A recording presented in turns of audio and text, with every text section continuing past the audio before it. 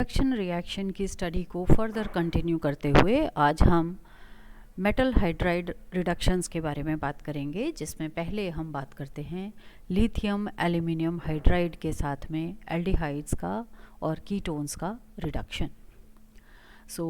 Reduction products वही मिलेंगे। Aldehyde का रिडक्शन हमने किया है तो अल्कोहल, प्राइमरी अल्कोहल मिलेगा, और कीटोन का रिडक्शन जब हम कराएंगे तो हमें सेकेंडरी अल्कोहल मिलेगा। Now as the name is indicating, हम ले रहे हैं लिथियम एल्यूमिनियम हाइड्राइड। तो इसके जो ये हाइड्राइड आयंस हैं ये न्यूक्लियोफाइल की तरह एक्ट करेंगे और कार्बोनाइल कंपाउंड के इलेक्ट्रॉन डेफिशिएंट कार्बन पर अटैक करेंगे, राइट।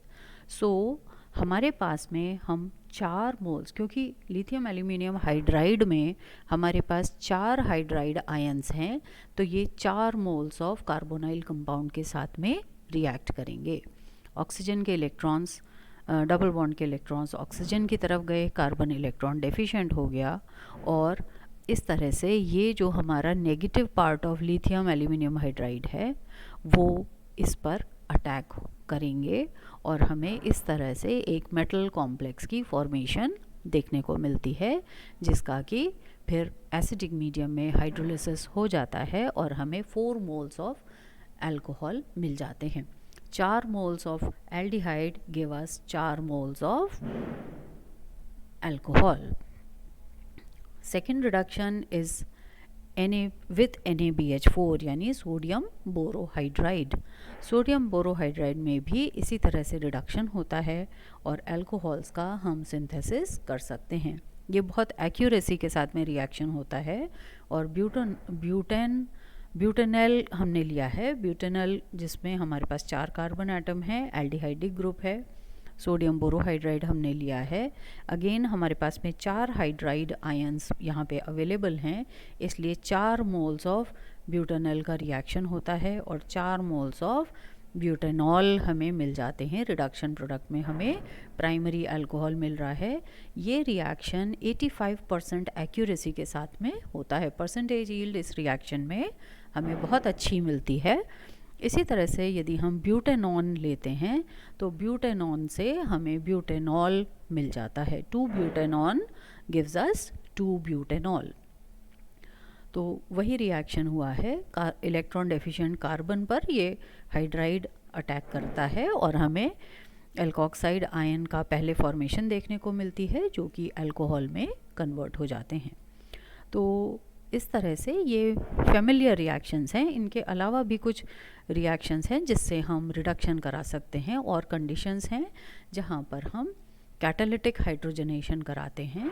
तो निकल की प्रेजेंस में जब हम रिडक्शन कराएंगे तो primary alcohol from aldehydes and secondary alcohol from ketones हमें मिल जाते हैं।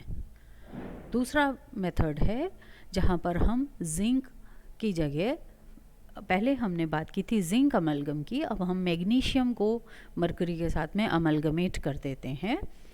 तो जब हम कीटोन को इस तरह के मैग्नीशियम के साथ, अमलगमेटेड मैग्नीशियम के साथ गर्म करते हैं, बेंजीन हम यहाँ पे सॉल्वेंट लेते हैं, तो मैग्नीशियम मेटल का एक मेटल कॉम्प्लेक्स इंटरमीडिएट बनता है, जिसका हाइड्रोलिसिस हो करके हमें पिनाकोल मिल जाता है।